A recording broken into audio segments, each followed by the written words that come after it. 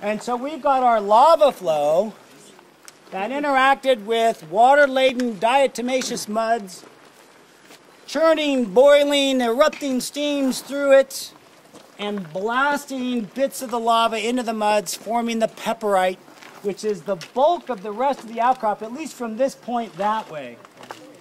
So most of this is pepperite. Over here you've got a lot of pepperite. In some places you have some rather pristine positions of diatomite.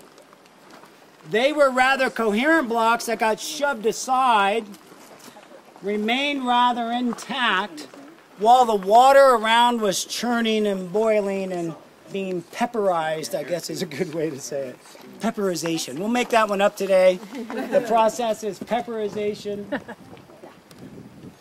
Now, occasionally lava flows, whether they're above water level or below, as they flow along, they form a solid rind on the surface. The base is usually solidified, the inside's trying to move. Well, occasionally, even subaerially, this happens. You break the surface of that solid rind, and the lava starts erupting out a crack in the surface of the flow. This is not a volcano. It's a lava flow that formed a crack, and the lava is now spilling out the crack rather than just advancing along parallel to the ground surface. Such a surface boiling up, or surface rupture of the flow, is called the hornito. Has anyone ever heard that term before? Hornito. This is tequila. Well, someone told me that hornito in Spanish means little oven. Does that sound right? Little oven? Hot oven? Little tiny hot oven? That could work. Yeah, I thought it was. You drink it, you're going to feel like a little Little devil? Could be little devil. That could be it. That could be it. I don't know. But I think this is a very small hornito right here. Around the corner, the big structure just beyond that bush is a much larger hornito. Let's go take a peek at the larger hornito.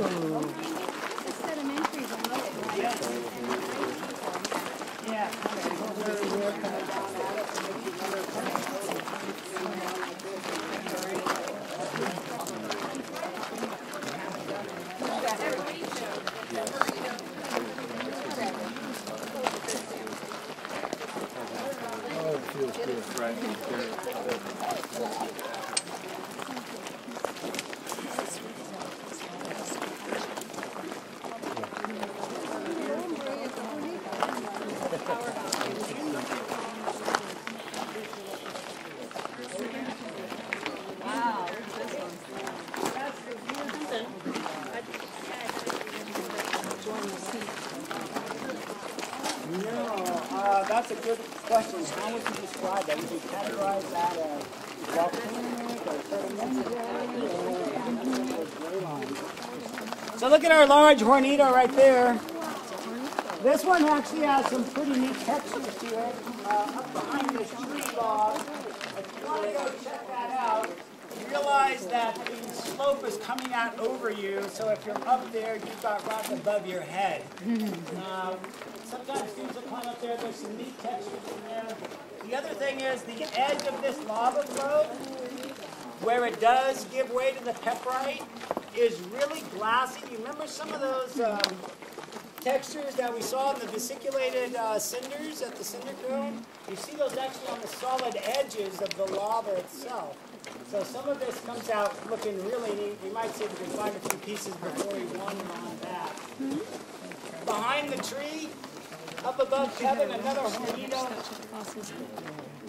And you can just really begin to get a feeling of just how much motion this lava flow caused within the mud. Nice radiating flows. It may be, and I don't know, I haven't done enough work in this area, nobody's done enough work in this area to evaluate the orientation of the flow. It may be that that flow is actually coming at us. It erupted maybe a little bit uphill under the lake and in the lake muds and flowed towards us. That might be a lateral edge rather than a leading edge that we originally witnessed. Don't know. Don't know for sure about how this moved through the lake bottom. What's the unfractured layer at the bottom here? A lot of this is really rich in volcanic ash, and some of it is actually rippled and cross-bedded, and appears to be some older sediment that was present prior to the lake forming and the diatomite settling out. So it's somewhat reminiscent of our Shoshone stock, and maybe a little bit reminiscent of what's in downtown Fall River Mills. And then this is more on top of it. It really kind of feels that way. Well, it could have, yeah, that, depending on the character of how well this material down below is lithified compared to that material up there, it's going to eventually migrate laterally in relationship to the density differences between the two layers. So your diatomite, even in solid form, it can behave as blocks, but man, it just can't sit still or can't resist the motion of this really heavy, dense lava pushing through the lake bottom.